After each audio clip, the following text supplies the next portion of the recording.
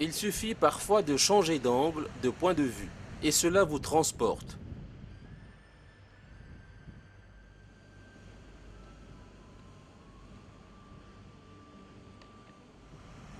Là où l'on perd la notion du temps et même de l'espace.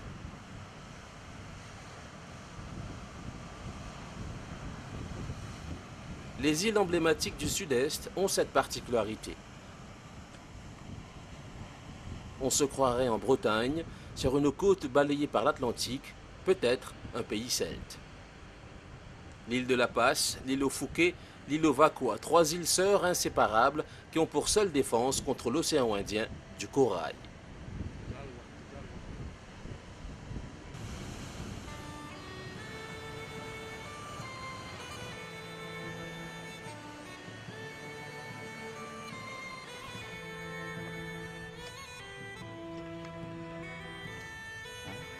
Georges et son équipe sont sur un chantier unique et cela leur fait voyager.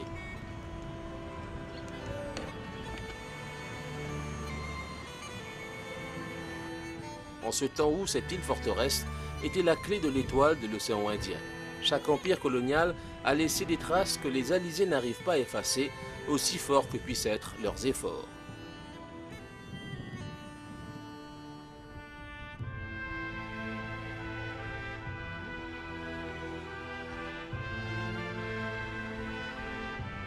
Son nom, l'île le doit aux Hollandais, dès 1598.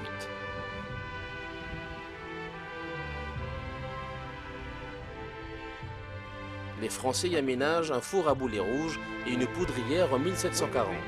Et durant la Deuxième Guerre mondiale, les Mauriciens et les Britanniques sont sur le pied de guerre, redoutant une invasion japonaise.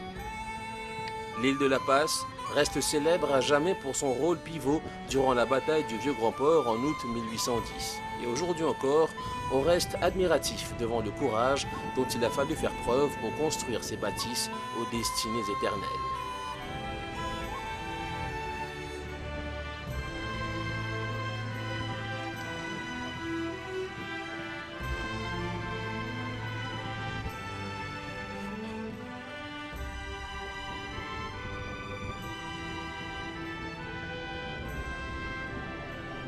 Le basalte est bien décidé à résister, mais le béton, lui, se laisse ronger par le sel, tout comme le fer. C'est pour cela que le National Heritage Fund a ouvert un chantier afin de sauver 2 des bâtiments les plus en souffrance.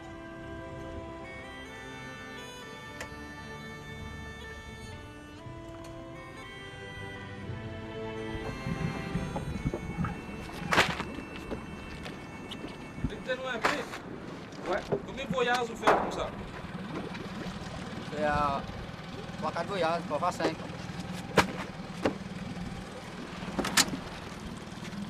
Un sentier bien loin, ça. Ah oui, pendant des 4 minutes.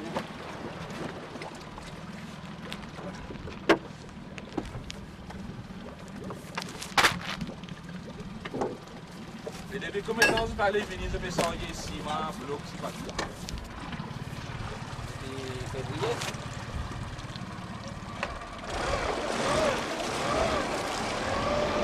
Qui prend encore ça et l'eau piron? Dans la Wellington.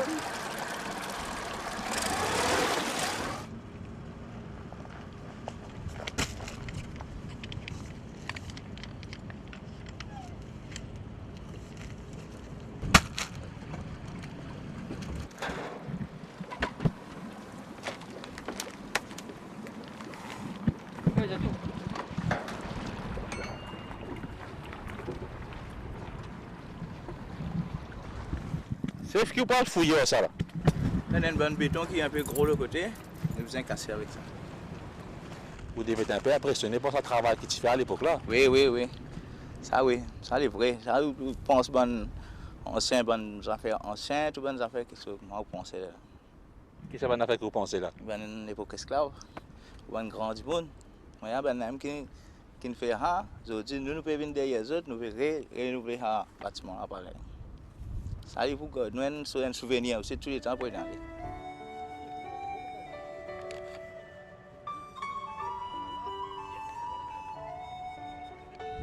Nous, on a 4 camarades de travail, nous organisons dans notre travail. Grand matin, nous saillons le matériel, nous emmènons depuis ici. Après, nous commençons le travail. Et là, tantôt, nous qui nous mangeons, nous dormons. C'est moi dormir un petit peu. Là, ce n'est pas trop bon, mais quand même, besoin de travail pour gagner la vie là.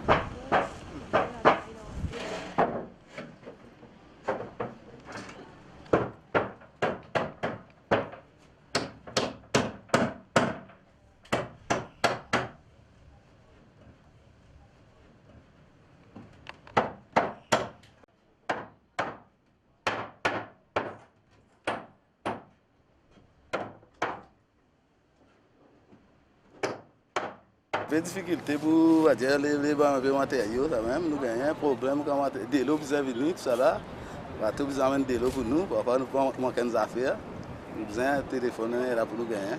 Et c'est bon, ok, travail là, et bon, pour satisfaire ça, mon travail, ça, nous besoin de faire ça même.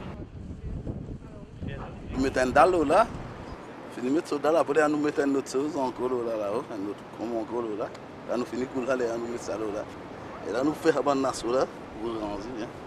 Aujourd'hui un peu, ça va un travail longtemps là que sera. Nous ne pouvons pas faire tout le monde faire longtemps là. Mais nous n'avons qu'à ranger un petit peu, faire des aujourd'hui, mais comment nous faire, nous ne pouvons pas faire. Faire une maçon pour faire le travail que nous faisons là. C'est incroyable même.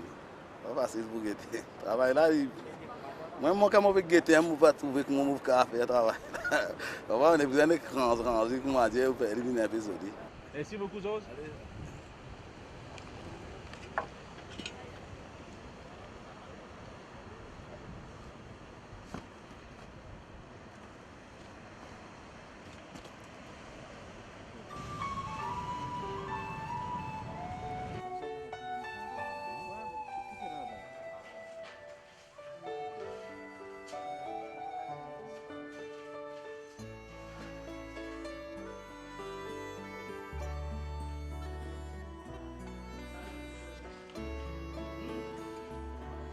Nous commençons par 2 bâtiments. Nous commençons par le storehouse, après nous commençons par Observation Tower. Mais après, nous pouvons commencer pour marcher. Si après nous parlons plus de l'avant, nous pouvons essayer de rénover tout le bâtiment qui nous est dans l'île. Et pour le moment, nous pouvons faire 3 projets. Nous avons une batterie de grenadiers, une windmill tower de Rouillard et 3e c'est l'île de la Passe. L'île de la Passe, il y a des petits. Et un storehouse avec Observation Tower, comme on fait dire. Là, nous parlons de l'avant. C'est le premier projet qui nous fait l'année, nous commençons en 2012. L'année prochaine, nous pouvons guetter avec budget qui nous est en collaboration qui nous recevoir avec le ministère et tout, pour nous rénover les autres bâtiments historiques qui nous est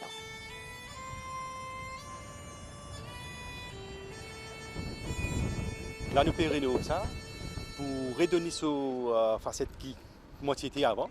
Right? Et que nous pouvons, tant qu'il possible, nous pouvons servir même matière qui servit longtemps. Tant qu'il possible, parce qu'il y a des matières qui sont pas pour gagner. Mais jusqu'à qui nous sommes capables, nous pouvons servir même matière qui est là. L'île même, il y a une partie matière qui nous peut récupérer et que nous pouvons donner sur forme et que nous pouvons remplacer. Comme ça, les touristes qui peuvent venir pour gagner plus ou moins exact un aperçu de comment c'était avant. C'est à l'époque là, quand je arrange ça ici, je prends la plupart des corail qui trouvent ici même. Alors nous faisons beaucoup pour remplacer et que quand c'était qui nous peut bien remplacer est bien minime.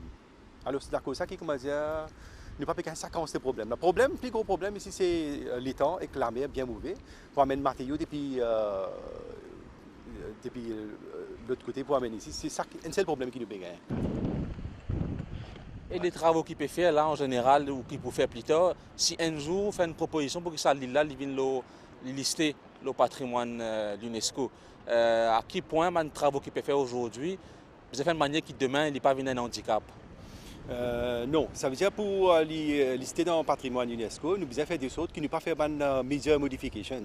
Et c'est ça qui nous peut, quand nous peut faire travail là, il y a plusieurs stakeholders qui rentrent. Et avant de faire n'importe quelle affaire, nous faisons plusieurs réunions. Là, avant nous commencer à travailler là, donc quand nous faisons 10 à 15 site visits ici, avant qu'ils nous commencent même.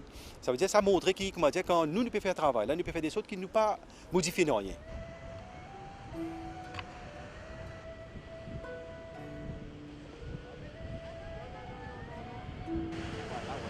Les îles du Sud-Est ont un riche passé historique. Ce sont aussi des sanctuaires pour une flore et une faune uniques.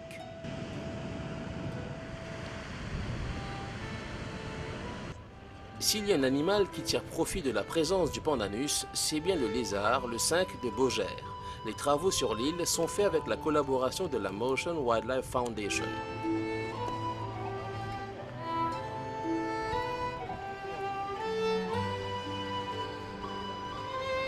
These islands are very important because a lot of the pressures that are on mainland Mauritius didn't actually reach some of these small islands.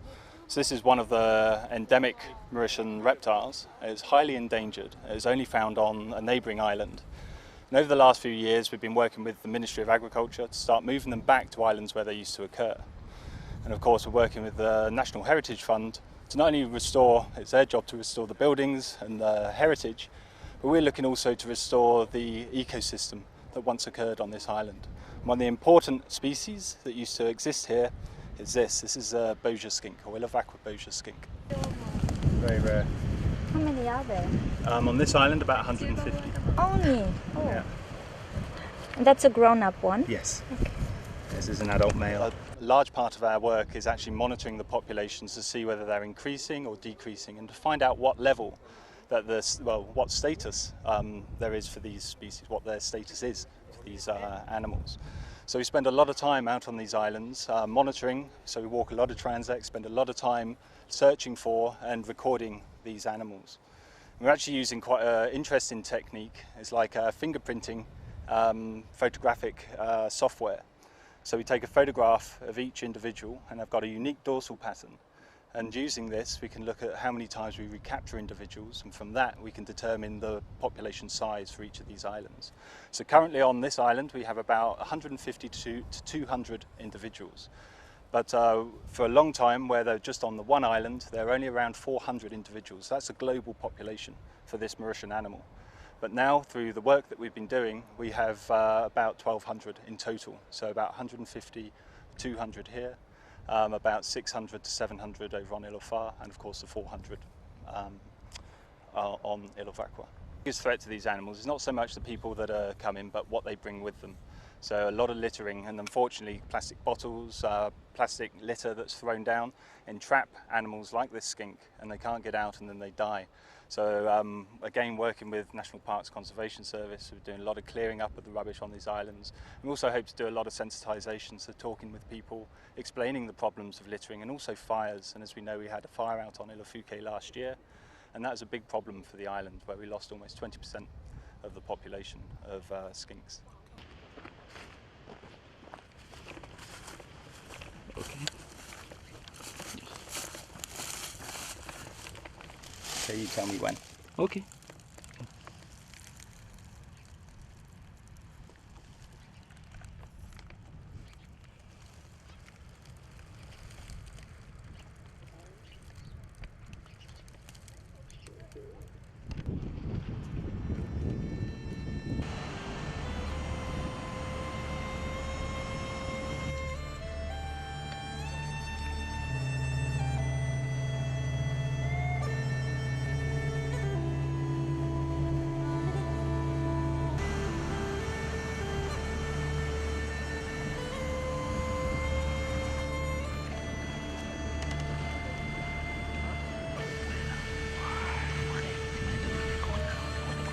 L'île au Fouquet, l'île au phare. Autrefois, à l'époque des Hollandais en 1638, l'île aux mouettes. Les Hollandais y exilaient quelques personnes originaires du Timor en 1678. François Legas y a connu des jours amers, 2 années, dès 1692.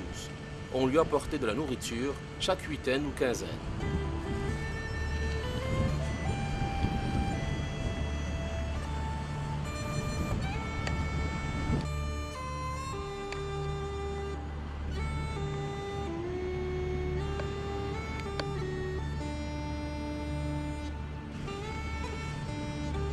Le National Heritage Fund espère sauver ce qui reste du phare. C'est l'un des 4 phares de l'île, Albion, Pointe-aux-Canonniers, Île Plate et celui-ci. L'idée d'en construire un remonte au 28 décembre 1860. Ici, pour le moment, nous venons faire un monitoring. Pareil, comme on a fait un monitoring de tous nos sites National Heritage qui nous est là. Aujourd'hui, nous venons il fort pour le bâtiment là sur l'état comment il était, pour essayer de vérifier qui va travail qui peut demander et si nous sommes capables de faire restauration ici ou pas. Mais c'est juste un état de lieu qui nous peut venir faire. Là, après, nous parlons de l'avant avec le projet pour vérifier si nous pouvons avoir assez budget et tout pour faire le travail après. Il a fallu 150 hommes pour ériger ce phare, 39 pieds au-dessus du niveau de la mer. Il sera inauguré le 1er mars 1864, peint d'un blanc immaculé, afin d'être bien visible des bateaux nombreux à croiser au large. Nous, on a été consultés en fait pour aider le ministère de la Culture pour un peu réfléchir sur une idée, un projet qu'on peut réaliser pour maintenir ce site qui est un site patrimoine. Alors on va les aider à trouver un projet pour en faire un site qui est encore plus intéressant. On va essayer de restaurer bien sûr le phare parce qu'en ce moment on ne peut pas monter en haut. Alors on va les aider à trouver un projet qui va être assez intéressant pour touristes comme pour les Mauriciens. Sa hauteur, exactement 108 pieds 3 quarts au-dessus du niveau de la mer. Nous ne pouvons y monter car des vandales ont abîmé le très beau travail des tailleurs de pierre. Il faudra en retailler, cela viendra peut-être. On sait que dans le temps, il projetait une lumière blanche visible partout, sauf de la côte. Par beau temps, on pouvait le voir à une distance de 16 000 nautiques, une trentaine de kilomètres. S'il était rallumé, il serait une attraction pour toute la côte, une renaissance. Parfois, les rêves deviennent réalité. Une possibilité, ça serait peut-être un petit restaurant, mais aussi il faut, nous, de toute façon, comme ONG, on est toujours un peu, notre devoir c'est sensibiliser et éduquer les gens. Alors il faut avoir aussi un élément qui va représenter l'éducation, la sensibilisation pour la protection de l'environnement. Et bien sûr, il faut avoir un petit côté économique pour aussi faire développer cette île, pour qu'on peut aussi restaurer financièrement ce lieu. Alors comment allier ces paramètres, c'est pas très évident ça, très souvent. Dès qu'on commence à amener du ciment, des bêches, etc., ça cause problème. Oui, là je pense qu'il faut travailler assez près avec l'association ou une autre ONG qui s'appelle Mauritius Wildlife Foundation. C'est eux en fait c'est les experts pour tout ce qui est wildlife. Alors on va les consulter pour travailler ensemble avec eux en coopération pour trouver un moyen pour construire, pour faire quelque chose qui est pour les animaux comme pour l'environnement qui est assez on va dire supportable, parce que nous on veut protéger ce lieu, on ne va pas le détruire avec du ciment, ça c'est sûr. Pour le moment, nous sommes en collaboration de Mauritius Wildlife Foundation. Avant tout les matériaux, que nous posons des matériaux, qui ont place qui nous capable de des déchets qui nous peut gagner pour le moment. Nous pouvons travailler ensemble avec la collaboration de Mauritius Wildlife Foundation. Comment nous pouvons gagner cet approval, qui nous pouvons bien faire, comment nous pouvons faire, là nous pouvons aller de l'avant. Nous pouvons take into consideration l'aspect flora et fauna et l'aspect historique aussi qui bâtiment là est non. Nous pouvons travailler avec collaboration avec différentes organisations pour nous guetter comment nous pouvons faire le travail là marche bien. Ces îlots ont été importants dans la vie du pays. Ils ont réussi à défier les siècles, mais il est grand temps de s'en occuper plus régulièrement. Ce sont des refuges pour la nature et des livres d'histoire révélateurs. Des patrimoines qui rapporteront beaucoup plus que ce qui sera investi pour aider à leur conservation.